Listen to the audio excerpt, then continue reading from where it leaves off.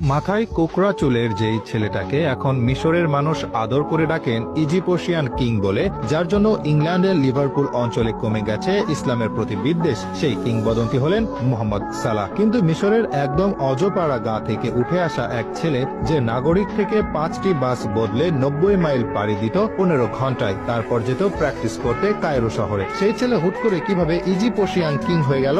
অবশ্য Egyptian king হয়ে ওঠার আগে তাকে মানুষ ডাকতেন ইজিপশিয়ান মেসি বলে। কিন্তু মেসির ছায়া থেকে বের হয়ে নিজের আলাদা পরিচয় তৈরি করতে একটুও সময় নেননি মোহাম্মদ সালাহ। এখন তিনি সবার কাছে হয়ে উঠেছেন the man, the myth, the legend হিসেবে।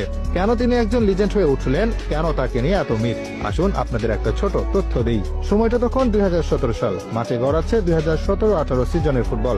ইউর্গেন ক্লপ স্বদেশী ক্লাব চেলসি থেকে অ্যানফিল্ডে উড়িয়ে আনেন ঝাঁকড়া চুলের এক ফুটবলারকে। অনেকের চোখ কপালে উঠেছিল, বাজে সাইনিং বলে তাচ্ছিল্যও করেছিলেন অনেকে, কেননা এর আগে 2014 থেকে 2016 সাল পর্যন্ত চেলসিতে ছিলেন সালাহ। স্ট্যামফোর্ড ব্রিজ ছাড়ার সময় নামের সঙ্গে বাড়তি বোঝা হিসেবে নিয়ে এসেছিলেন চেলসি ফ্লপ তকমা।